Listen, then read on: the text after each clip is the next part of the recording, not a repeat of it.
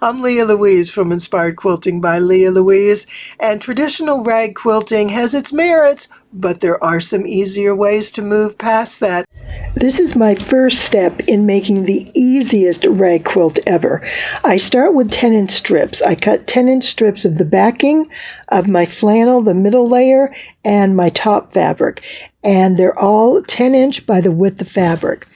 Then I start with my backing and I place it right side down on my mat, lining it up against the grid because I'm going to cut. I'll cross cut as I need it. Now, I want to make sure that this lines up straight, and I'm going to come back after and cut off this selvage. We'll talk about that in just a moment because that's really important. If you have any bits of lint in there, pull it out, especially if you're using a light fabric like I am here. The bits of lint can show through. And so we're just going to line this up, and then I'll take my top piece and lay it right on top, right side up. So let me just lay this and show you what we have. There we go. Everything's nice and smooth. So I have my backing face down, my flannel, and my top fabric face up. First thing I'm going to do is cut off my selvage. Now, be generous in cutting off your selvage. I know sometimes we maybe want to save that extra little bit of fabric, but it's not worth it when you're making a rag quilt because that selvage is woven tighter than the fabric throughout the quilt or throughout the rest of the piece of fabric. And if you leave some of that selvage edge there, when we go to cross cut this in order to get our frayed edges, those pieces won't fray well because they are woven so tightly that they're not going to ravel out nicely. And we want some serious ravel going on. Okay, so now I have my 3 layers and I'm going to cut them into 10-inch squares. So they're already 10 this way. 2, 3, 4, 5, 6, 7, 8, 9, 10. And I'm going to cross cut it into 10. And I should be able to get 4 large 10-inch squares from each strip. Let's see, 4, 6, 8, 10, because I don't want to come up short. I'm using leftover fabric. That's the beauty of this too, is everything I have here is leftover. I did a quilt last week for the Fat Quarter Shop for one of their new patterns, and I was able to get a hold of this new fabric that isn't even out yet. I don't think it'll be out for another few weeks, maybe a month. And so I wanted to be able to use what I had left in order to create a really pretty quilt because I love these colors.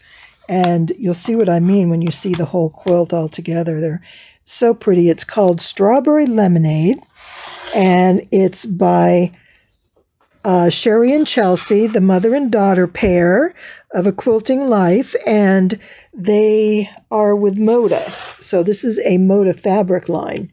Now you see I get 4 widths or 4 cuts for that width of fabric. Now I'm going to save these pieces because I will be using some of these later. This was a little longer because this was backing fabric, so I have a little extra of this that I can use if I need it. And so now what I'm going to do is as I cut these, I just stack them like this. So when I go to my sewing machine, all I have to do is pick up a bundle. They're already in order for what I want, and I start sewing. Now, step 1 is to sew across in each direction. Let me turn it this way. You can see more color. And by sewing this way, we're going to chain stitch all the way through. Then we'll turn it around. We'll chain stitch the other direction. And that works out really well to hold everything together.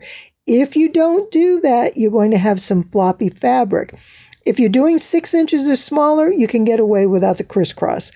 Anything over 6 inches, I always do a crisscross because otherwise it can get loose. Not that it's going to bunch up, but it gets a little floppy in there, and I don't like that look. So we're going to do that next, and let me show you how that looks. You can see here that I sewed from one edge to one corner to the other, and then I just chain stitched and did the next one. Now, when you're cutting these apart, it is going to save you a lot of time later if you cut these all the way to the edge of the fabric. Try not to leave any thread tails because they don't fray and they will stand out within the rag quilt edges. So we want to make sure those get cleaned up as we go. Otherwise, there's a whole lot of trimming at the end. So as I'm doing this, I just cut my edges, cut my threads, and then I'll come in here. You can see where this one has the crisscross, and I'm going to cut that off. And let's see, do I have any more? I think that's everything. A little one like this, I'm not really going to worry about. I'll take it off just because I see it. But so when you're done, you're going to have an X like this. Now, a couple things talking about how this works. First off, you really need to use a walking foot. If you don't have a walking foot, these layers may be problematic because you could get some bunching. The reason being is the walking foot helps feed the multiple layers of fabric from the top in addition to the feed dogs that are pulling the fabric on the bottom. If you've ever made a rag quilt and you get to the other side and you have more top fabric than you do back fabric, that's because your regular foot is sliding across this fabric rather than pulling it through. So essentially, you're almost stretching it. And so this is being drawn in by the feed dogs underneath. This one's just sort of gliding and, along for the free ride. You get half an inch or so down here, and that's just a complete waste of fabric. And it stretches it and it distorts your block, and it's going to be a pain in the neck, quite honestly, because then you're going to have to deal with it when you're trimming and sewing it together. And oh my goodness, it just creates too much of a hassle. Now, if you're adamant about not using a walking foot, either you don't have one, you don't think you'll ever use it for other things, check out my channel. I use it for a lot. But regardless of that, it's going to give you nice even stitches. But even better is when we put these together, we're going to have 6 layers, and 2 of those are going to be some heavy flannel.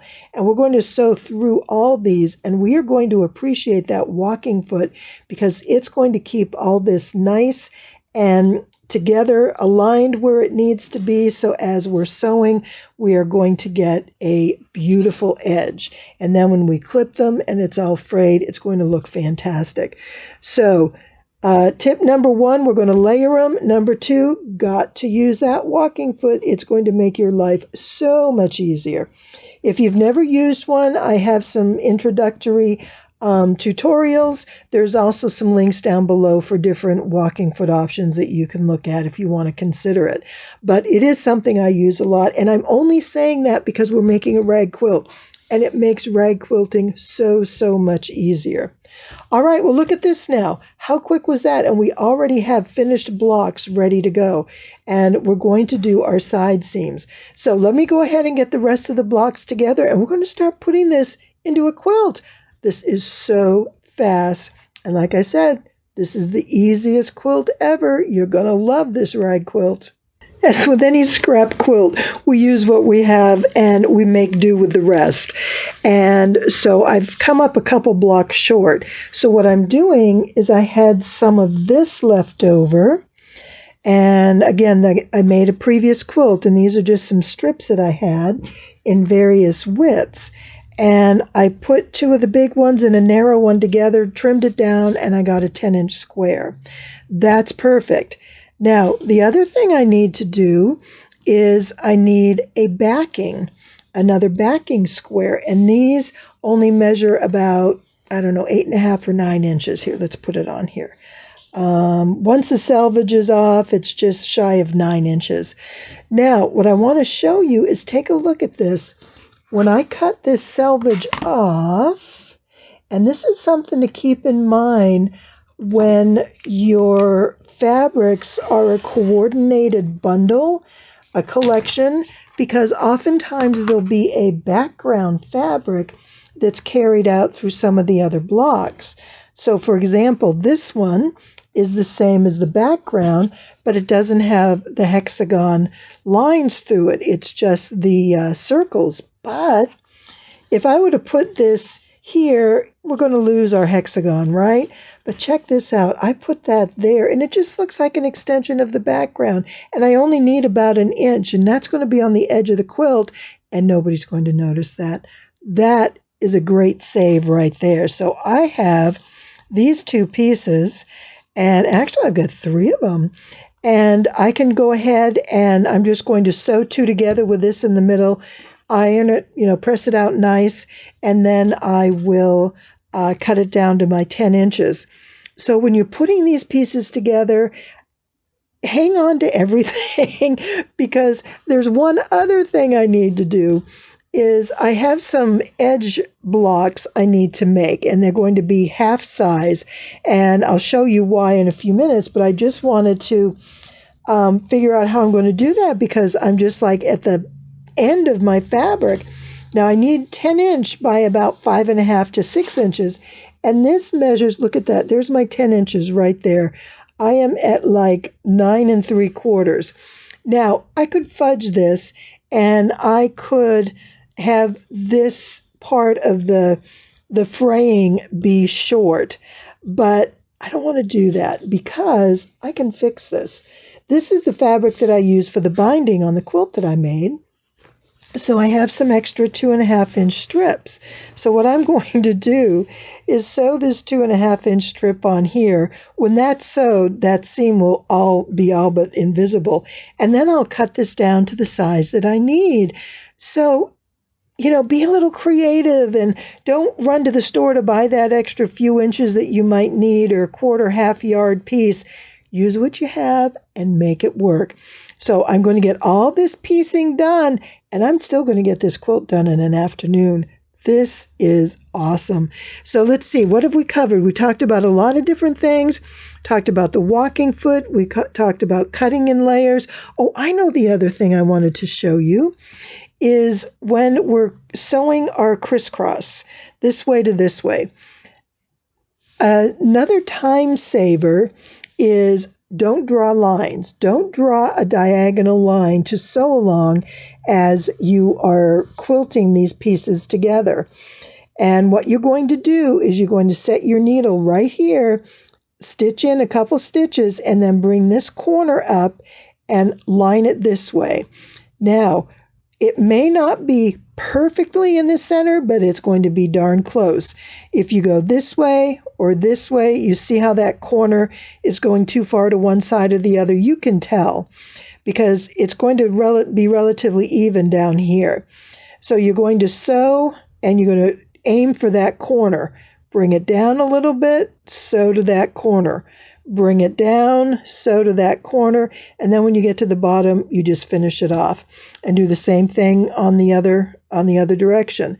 Just put it here and drag it down as you go, and that is a huge time saver because you're not having to mark and then worry about getting it out of the fabric, depending on what you use to mark it with, etc. It just is so much easier. So we've talked about a lot of different time-saving techniques to make this quick and easy and to be a fantastic finish that you're going to love without a lot of time and effort. We've talked about how we're going to layer our pieces to cut them. Use a walking foot for accuracy. Use the corner sewing to get you from place to place without drawing lines. And while all that is going to make life easy, we can even piece our blocks that we need if we run out along the way and, sort of hodgepodge them together. And I'm just going to show you the exact places where you're going to put them in your quilt so they won't be noticeable. I'm telling you, there are some secret spots in the quilt that people just don't look at. So we're going to do that, but I haven't even shown you the biggest and the best time saver. Oh my goodness. When we put this quilt together, we'll need 6 half squares, and these rectangles are going to go on the ends of every other row. Now, with this, my fabric, as you recall, was short. So by adding just that extra strip and trimming it back to 10 inches, I have exactly what I need. I had to add a couple pieces on 2 of these. So this one, I added just the same fabric end to end, and that looks great. It's not going to be noticeable. And this one I did the same thing, but there were some colors over here, but that's okay. Where these joined, it's not terribly noticeable, but quite honestly, if they do join in an opposite manner, that's okay too. It's just a matter of pulling it all together and making it work. I even had to piece my flannel. I had 4 sheets or pieces that I could cut, and then I took strips and sewed them together. So I have my rectangles, and these are going to be sewn also with the X in the middle. And now I'm going to piece the quilt.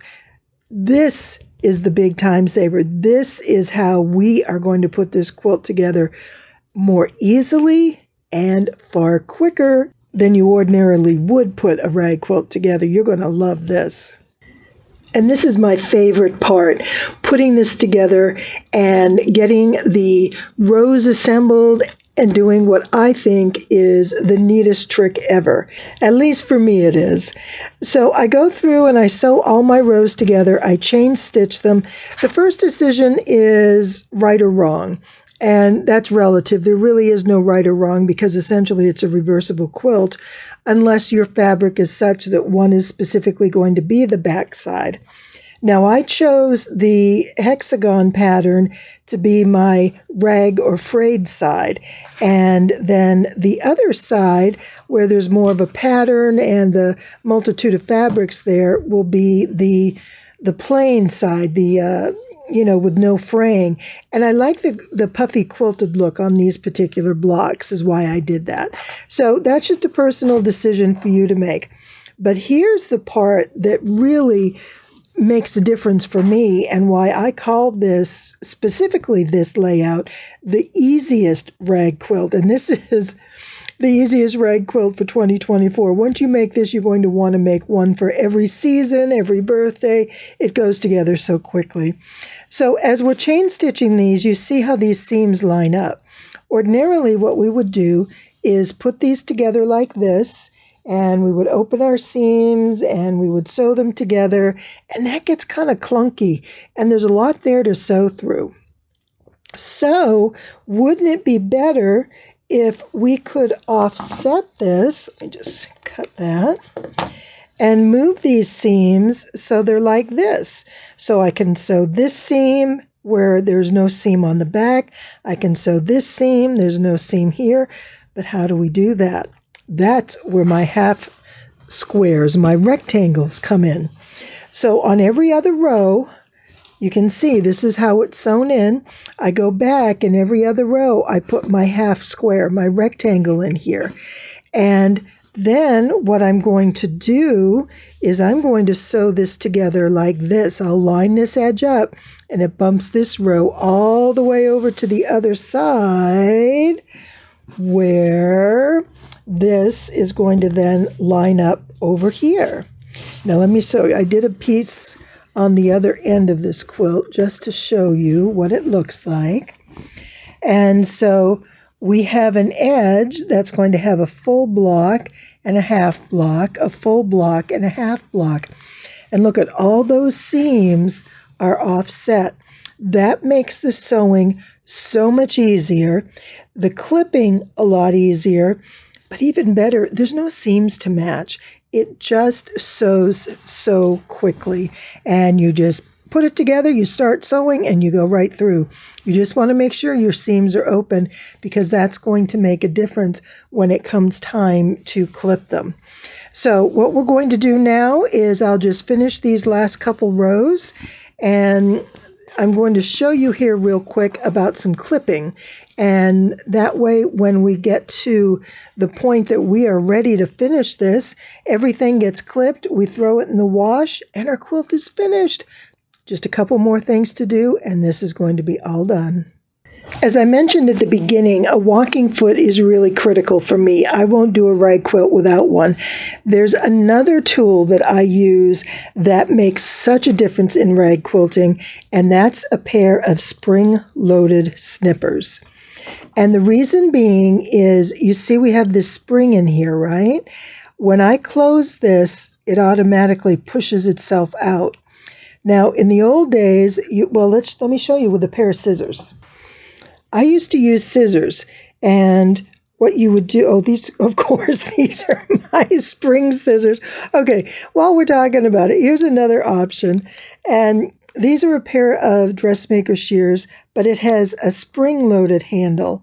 So as you cut, it kicks itself back. So there's a spring in here that keeps it from relying on you to pull the scissor back. So you know how ordinarily when you're cutting, you squeeze it together, then you have to use this thumb to lift it out. That gets really tiresome after you've, done about 10 feet of clipping. And when you can have something either like this or like this that works that well, it just makes it go more quickly. Again, we're talking fast here, fast and easy, but it's also so much easier on your hands. And I find there's less stress on this part of my hand because it's usually the thumb that takes the brunt of all that clipping. Now, let me just give you a little idea of how we're going to do our clipping. I do rows in one direction first, then I do the other direction, and then I do the outside last. So when I'm doing a center row like this, what I'm going to do is I'll come in on each side like this, and I'm going to clip about every 1/4 to 1/2 inch. I think you're supposed to go every 1/2 inch and cut in 1/4. The closer you cut, the better fraying I think you'll get because it's easier for the threads to get out. I don't know. I just tend to do mine more close than is required, and it just seems to work for me. I should probably try and see how far apart you can do it and see how that works. So I'll just kind of clip along here like this, and then when I get down to the other end, I do the same thing. I clip on each side like this. Now, if you're particularly ambitious, and this works well too, is just do it this way. And I find sometimes my clippers slip. Now, I don't know if they're getting dull or if it's just too much in there, but it depends on the fabric. I mean, if you're using heavy denim or the heavy flannels, then it can be a challenge to cut that many layers at one time. So find what works for you, what works for the tools that you're using, and then that's going to be a perfect fit. Now, the other thing I want to show you is once we get this row done, we want to do the other direction. Now, what I do here, so you saw here, I cut right inside each seam allowance up close to where the stitching is. Whoops, sorry. So as you can see, I clipped right up next to the seam allowance, right up close to where that stitching is on the seam allowance itself. Now, when going in the other direction, I kind of do the same thing. So I'm going to cut really close to the seam on both sides, and then I'm going to cut out here. I don't want to cut into this too much because you can lose the thread in both directions and you'll come up with a gaping hole there. But that seems to work for me, and it's an easy way to do it. And by cutting all in one direction first, you get all those done, then you come back and do this, and it just, becomes easy to do, kind of one of those muscle memory things where when you do it repetitively, your hands know just what you need to do. And this is great. Just, put a movie on, listen to some music or whatever the case may be, and then just keep going. And when you get finished, we'll talk about the outer edge. That's done kind of the same, but a little bit different. When you get to an edge like this, stop at least 1 inch to 1.5 inches away, because we're going to come back and do a kind of a secure stitching around this edge right here. Okay, so I've got some sewing to do. I have some clipping to do. And then we're going to have a quilt. We are so close to being finished. I love it. I love these colors. These prints are awesome.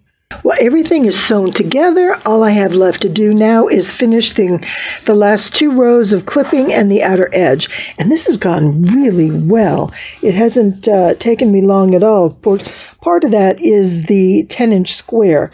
By using a larger size square, there's fewer seams to clip, which is awesome. And so there's lots of little tricks about this quilt that makes it such an easy and quick finish.